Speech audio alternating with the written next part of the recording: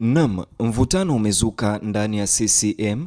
Viongozi wa chama tawala cha Samia Suluhu sasa wameanza kumshambulia kwa maneno tena makamu wa rais Emmanuel Nchimbi.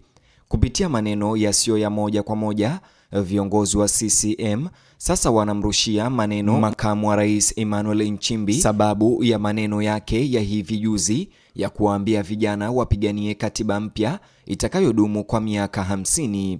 Ujumbe mpya zaidi aliotumiwa Emmanuel Nchimbi sasa hivi, ambaye ni makamu wa rais wa taifa la Tanzania, ujumbe aliopewa kutoka kwa kiongozi wa CCM umezua mjadala na maswali iwapo kuna mvutano wa kimya kimya unaoendelea ndani ya chama cha Samia Suluhu, chama tawala cha Mapinduzi.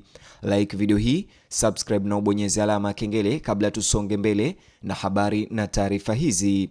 Masaa machache tu baada ya makamu wa rais wa Tanzania kuwahimiza wananchi kuendelea kudai katiba mpya bila kuchoka, kiongozi mwingine mwandamizi wa CCM amejiunga na mjadala huo, na kauli zake zimeongeza mwelekeo mpya na mzito katika mazungumzo ya kitaifa kuhusu ni lini hasa marekebisho ya katiba yanatarajiwa kufanyika. Rajabu Maganya, mwenyekiti wa jumuiya ya wazazi wa CCM na mjumbe wa halmashauri kuu ya taifa ya chama hicho cha Mapinduzi cha CCM, alizungumza na wanachama wa chama hicho huko Sinza, wilaya ya Ubungo, Dar es Salaam, ambapo alitetea msimamo wa chama tawala kuhusu mchakato mapitio ya katiba, huku akihoji upinzani kutoka kwa vyama vya upinzani na wadau wengine ambao hakuwataja jina.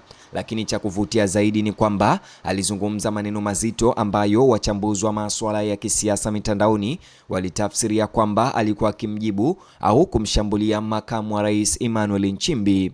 Kauli zake zilitolewa siku hiyo hiyo ambayo makamu wa rais Daktari Emmanuel Nchimbi aliwaambia wanachama wa muungano wa watetezi wa haki za binadamu Tanzania kwamba kama angekuwa na ujumbe mmoja wa kuwaachia Watanzania, ungekuwa ni kuendelea kupigania katiba mpya iliyojengwa juu ya mwafaka wa kitaifa na yenye uwezo wa kulihudumia taifa kwa miaka 50 ijayo. Wakati Daktari Emmanuel Nchimbi akisisitiza umuhimu wa marekebisho ya katiba kama kipaumbele cha muda mrefu cha kitaifa, Maganya, mmoja wa viongozi wa CCM, alijikita katika swali tofauti kabisa: si iwapo Tanzania itapata katiba mpya, bali ni lini.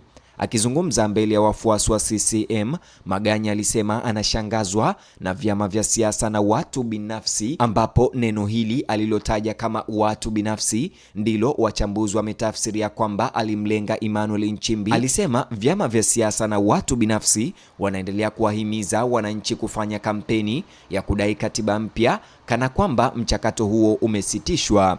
Alihoji mtazamo huo moja kwa moja kwa kuuliza maswali mawili ambayo mara moja yakawa kiini cha mjadala mzito kufuatia hotuba yake na hotuba ya Emmanuel Nchimbi. Nikimnukuu, aliuliza, nani amesimamisha katiba mpya? Aliuliza Maganya kutoka CCM, na akaendelea kuuliza, na nani amewahi kusema kutakuwa na katiba mpya mpaka ipiganiwe? Kwa mujibu wa Maganya, wala serikali ya Tanzania wala chama tawala cha Mapinduzi CCM hakijawahi kutangaza kuwa mchakato wa mapitio ya katiba mpya umefutwa au kutupiliwa mbali. Kwa mtazamo wake, mjadala wa umma umezidi kujenga taswira kwamba serikali imekataa kabisa marekebisho ya katiba, tafsiri ambayo alisema haina udhibitisho wowote katika tamko rasmi la serikali. Badala yake, Maganya kutoka CCM alisisitiza kuwa marekebisho ya katiba bado ni sehemu ya ajenda ya kisiasa ya muda mrefu ya chama tawala cha Samia Suluhu. Aliwaambia wanachama wa chama hicho kuwa mchakato huo umejumuishwa katika ilani ya uchaguzi wa CCM ya mwaka 2030 na hivyo haupaswi kuonekana kama suala lililosahaulika au kuwekwa kando. Kauli zake ni muhimu kwa sababu zinatoa moja ya ishara zilizo wazi zaidi hadharani kutoka kwa kiongozi mwandamizi wa CCM kuhusu jinsi chama hicho kinavyoona ratiba ya mchakato wa marekebisho ya katiba kwa sasa. Hata hivyo, badala ya kuwasilisha suala hilo kama hatua ya haraka, Maganya kwa niaba ya CCM alidokeza kuwa mchakato huo umepangwa kufanyika ndani ya ajenda pana ya kisiasa ya chama kuelekea mwaka 2030. Kwa wachunguzi wengi, tofauti hiyo ni ya msingi. Kauli za Maganya zililenga kushughulikia wasiwasi huo kwa kusisitiza kuwa mchakato huo bado unaendelea hata kama hauendi kwa kasi ambayo baadhi ya wadau wangependelea. Cha kuvutia zaidi, alizungumza matamshi haya baada ya Emmanuel Nchimbi kusisitiza wananchi na raia wa Tanzania kuzidi kupigania katiba mpya.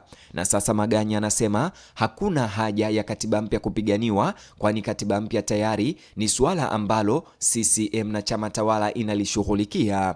Ni baada tu ya kauli zake kuanza kuvutia umakini ndipo Watanzania wengi walianza kuzihusisha na hotuba nyingine muhimu iliyotolewa mapema siku hiyo hiyo. Mapema tarehe 24 Julai, Makamu wa Rais Daktari Emmanuel Nchimbi alihutubia mkutano mkuu wa 15 wa wanachama wa Muungano wa Watetezi wa Haki za Binadamu Tanzania jijini Dar es Salaam.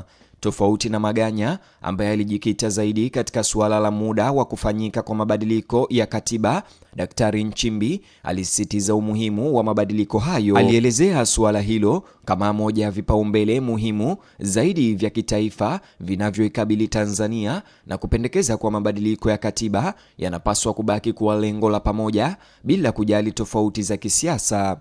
Katika sehemu moja ya hotuba yake iliyozungumziwa sana, Makamu wa Rais Emmanuel Nchimbi aliwaambia waliohudhuria kuwa kama angekuwa na ujumbe mmoja wa mwisho kwa Watanzania ungekuwa huu: endeleeni kupigania katiba mpya. Alisema Tanzania inahitaji katiba inayoweza kudumu kwa miaka 50 ijayo, katiba iliyojengwa juu ya mwafaka wa kitaifa na yenye uwezo wa kuimarisha demokrasia, kulinda haki za raia, kukuza utawala bora na kuweka msingi imara kwa ajili ya maendeleo ya baadaye ya nchi. Kauli hizo za Nchimbi zilizua mjadala mpana mara moja kwa sababu ziliwakilisha moja ya uungaji mkono mkubwa wa hadhara kwa mabadiliko ya katiba uliotolewa na kiongozi mwandamizi wa serikali katika miezi ya hivi karibuni. Lakini Daktari Nchimbi hakuishia hapo. Pia alizungumzia historia ndefu ya mjadala wa katiba, akiwakumbusha waliohudhuria kuwa wito wa mabadiliko wa katiba nchini Tanzania si jambo geni. Kwa mujibu wa Makamu wa Rais, harakati za kisiasa za mabadiliko ya katiba zilianza mwaka 1992, ikimaanisha kuwa mjadala huo umekuwa ukiendelea kwa zaidi ya miongo minne. Katika kipindi hicho, serikali zilizofuatana zimekabiliwa na wito unaoongezeka kutoka kwa vyama vya siasa, mashirika ya kiraia na wananchi wa kawaida wa kutaka kufanyiwa mapitio kwa mfumo wa katiba wa nchi. Daktari Emmanuel Nchimbi alikiri kuwa jitihada za awali zilikuwa zimeshafanyika. Alitaja hasa mchakato wa mapitio ya katiba ulioanzishwa wakati wa serikali ya awamu ya 4. Hata hivyo, kwa mujibu wa Makamu wa Rais, mchakato huo ulikumbana na changamoto kubwa kabla haujakamilika. Miongoni mwa changamoto hizo, alisema ni wingi wa maoni yaliyotolewa na wananchi kutoka sehemu mbalimbali nchini. Watanzania walitoa maoni tofauti kuhusu jinsi katiba inavyopaswa kuandaliwa, ni marekebisho yapi yanayopaswa kujumuishwa na jinsi mfumo wa kisiasa wa nchi unavyopaswa kubadilika na kukua. Kupatanisha mitazamo hiyo tofauti ilikuwa mojawapo ya changamoto kubwa zaidi zilizokabili mchakato huo wa mapitio. Hata hivyo, msitizo huo wa maafikiano unaeleza kwa nini Makamu wa Rais alieleza mara kwa mara makubaliano ya kitaifa kama msingi wa suluhu lolote la kikatiba lenye mafanikio. Kulingana naye, lengo lisiwe tu kutengeneza katiba nyingine. Lengo liwe ni kuunda waraka wenye uwezo wa kuiongoza Tanzania kwa vizazi na vizazi, huku ukiimarisha umoja wa kitaifa, utawala wa kidemokrasia na maendeleo endelevu. Kwa pamoja, hotuba zilizotolewa na Maganya na Daktari Nchimbi zinawasilisha jumbe mbili zenye uhusiano wa karibu lakini tofauti. Hakuna kiongozi aliyehoji umuhimu wa mageuzi ya katiba. Hakuna aliyependekeza kuwa Tanzania iachane na mchakato wa marekebisho ya katiba. Badala yake, kila mmoja ililenga kipengele tofauti cha mjadala huo wa kitaifa. Daktari Nchimbi alisisitiza kwa nini marekebisho ya katiba yanabaki kuwa muhimu. Maganya naye alizingatia wakati chama tawala kinaamini kuwa mchakato huo unapaswa kutarajiwa kutekelezwa. Mtazamaji, ni hayo tu niliyokuandalia katika ripoti ya habari hizi. Chukua sekunde yako moja au mbili, like video hii, kisha subscribe na ubonyeze alama ya kengele.